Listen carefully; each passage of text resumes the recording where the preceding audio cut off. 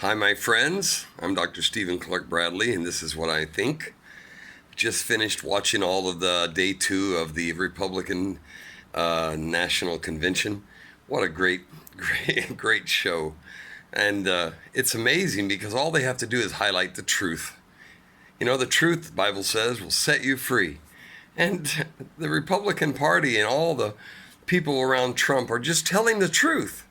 You know, the theme of the whole week, and I really love it, is called Honoring the Great American Story. We have a great story. It's a true story. It's not based on events. It's the actual events, our revolution, how we fought our wars and won, how we expanded our nation, how we became a great manifest destiny from coast to coast, from sea to shining sea, and how we got to where we are today as the greatest nation in the history of the world. The hard thing and the scary thing is that there are forces at work, not from abroad only, but even more precariously right here at home in the Democrat Party. And when we see that story now being played out, the story of President Donald J. Trump and how he took a nation that was a fledgling economy that was ready to falter and fall apart, and took it from Barack Hussein Obama, the worst president in my lifetime, and I think in the history of the nation. Yes, worse than Jimmy Carter, because Jimmy Carter had character. And how Donald Trump took that and turned it into the best economy in our history. I mean, think about that. What he did for our nation. And then, of course, the pandemic hit. And they talk all about that. But today was more about showing how he has taken our nation that was faltering and has opened doors, given people second chances. I love the way the morning session started out. It showed Donald Trump taking one man who is a great person and who had just gotten out of prison, had started an organization to help prisoners who are exiting from prison how to get started, and gave him a full pardon. Just an amazing event. And Donald Trump talked about how this man had made Jesus Christ Lord of his life. And I believe Donald Trump has too. He seems like he really has great faith in God now. That will change your life. If you haven't done it, you should. I have. And that was really brought tears to my eyes. I used to be a correctional officer at one time in my vast experience in many different varied tasks in my life. And I worked at Westville Correctional Facility as a correctional officer. And I hated that job. Not because it was a bad job, but just because I hated seeing people in a cage.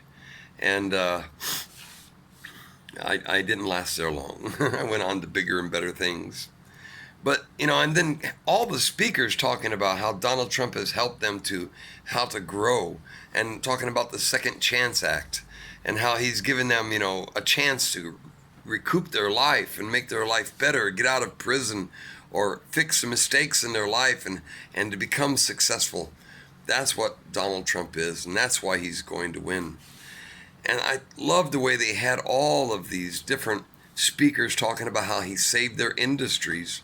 How, you know, they had the gentleman there about the lobster industry in Maine, how Barack Obama and Joe Biden had gone against all the traditional laws that were used to protect fishermen and lobster fishermen, and how he had made it impossible for them to stay in their industry because they were trying to protect fish more than their people.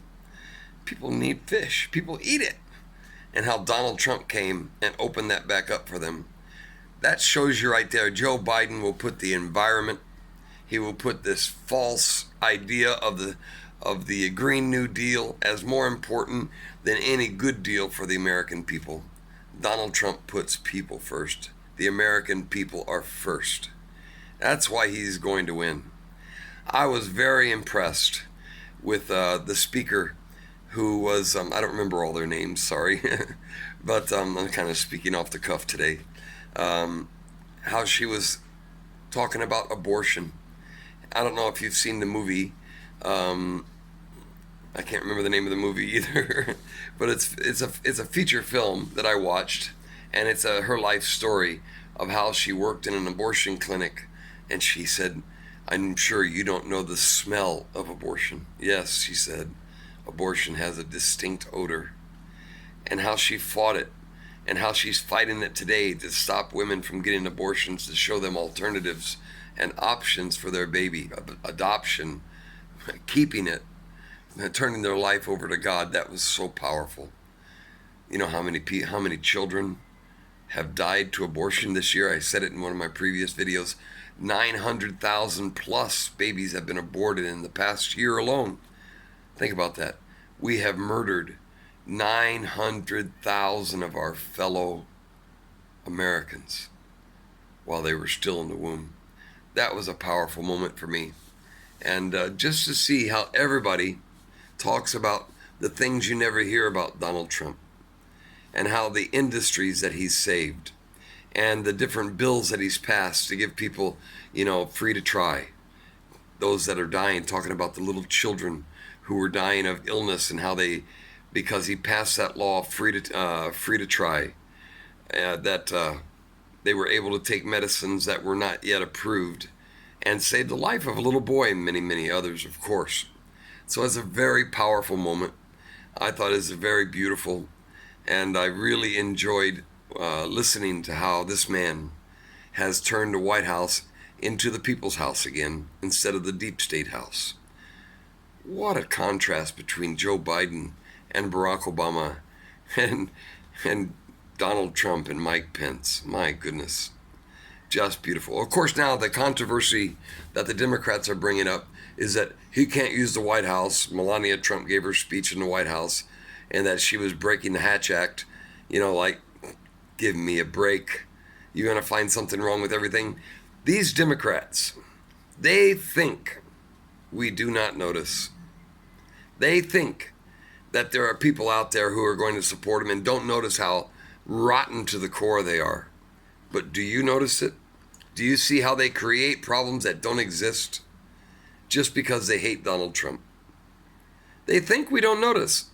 The Democrats truly think we are stupid. They really do. And if Joe Biden wins, he's going to raise your taxes. He's going to make it impossible to work. He's going to reinstate all the regulations that Donald Trump wiped away. And he's going to make it impossible for your industry, if you're a business owner, or for your job to remain stable. He's going to make all these things that we've gained under the Trump administration go away almost immediately. That's why this is the most important election of your lifetime. I don't care how young or old you are. There can't be one right now that's more important than the one we're about to vote on. It's time to get busy. And it's time to figure out, if you haven't figured out already, then it's time to figure it out. Now, I am not going to say, if you're not sure you're going to vote for Donald Trump, you are not human. Okay, that would be Joe Biden who'd say that. You have a freedom to vote for anybody you want to. But if you love your country, and you love your freedom, and you love your job, and you love your income, and you love your future, and you love what we've done for this country in the last 4 years, and you think it's better than it was before Donald Trump, then it's your responsibility to get out and vote for Donald J. Trump. And he needs you. I hope you realize how important you are. This convention is the greatest contrast I think I've ever seen. It's all about freedom and tyranny. It's all about being forced to think one way, as Tiffany Trump said, or freedom to be who you want to be. I was impressed by Tiffany. First time I've ever heard her really speak like that. And she was outstanding. She did a great job. She might be a politician her day. She's a lawyer now, so who knows? We'll see. But I'm just really thrilled with what's going on in the convention. I think it's the best one, and I'm 61. I've been a political hack almost all of my life since I was about 10 years old. I've loved politics, and I've watched them all, believe it or not. And that's the best one I've ever seen, even though they're not actually in the convention center. It's better this way because they're telling a story. They're telling a story of a nation had gone wayward, that would headed down a socialistic path, and how the American people had a choice between Hillary Clinton, an evil, evil woman, and a choice between Donald J. Trump, a businessman, not a politician, who was willing to give up his easy life and become the leader of the free world, the commander-in-chief. And now we have a choice between someone who's even worse than Hillary Clinton, I believe. At least she was a capitalist. Joe Biden. You're not really, if you vote for Joe Biden, you're not voting for Joe Biden. You're voting for Bernie Sanders. You're voting for AOC. You're voting for the Squad. You're voting for Pelosi. Yeah. So, remember, since the last week, since the convention for the Democrats, Joe Biden hasn't even left his house. He's had nothing to say. And that's okay. Nobody listens anyway. And just like it was said today, nobody is excited about Joe Biden, about voting for Joe Biden. We just want to get this election over and won so that we can get busy fixing our economy that COVID destroyed. And it's coming back in a V-shaped economy. And the reports about what's going on in our country, if we give this man, Donald Trump, 4 more years, you watch and see what he does for us. He's going to bring us back better and stronger than ever before. Gosh, I sound like Trump when I say that. He's a great man. And he's just a man. But he's a man just like you and me. That's why he knows what we need, because he's like us. So I hope you'll get out there and you'll get busy and you'll watch this convention. Let it inspire you. It's inspiring.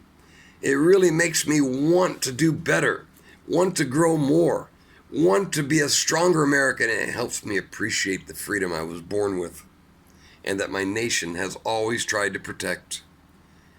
It will all be gone if he is gone. I'm not saying he's the only perfect politician in America, but he's the only perfect one right now. And it's our responsibility and our great hope that he will be reelected and allowed to remain in office and to keep making America greater and greater than ever before. It's really up to us. So I hope that all of us will do our part and get busy and re-elect Donald Trump. If we don't, America is going to have a terrible, terrible time. There's no other choice. It's all about us. What are we prepared to do? I love this man, Donald Trump, because he's a real man. And he's not a politician. He knows what we need. And he knows what needs to be done. And he's actually willing to do it. Think about everything he's given up. He could have had an easy life. I was very impressed with Melania Trump in her speech. And she knows her husband better than anybody. And just like she said, when they tell Donald Trump it can't be done, he just works harder. Isn't that beautiful? And some of these Democrats out there, one of them said that, oh my goodness, she still can't speak English. She speaks perfect English. They just still hate her. Do your part, my friends. Get out and vote. Donald Trump needs to be reelected, and I believe we can do it, and I believe we will. I know we will. God bless you all. Make America great again.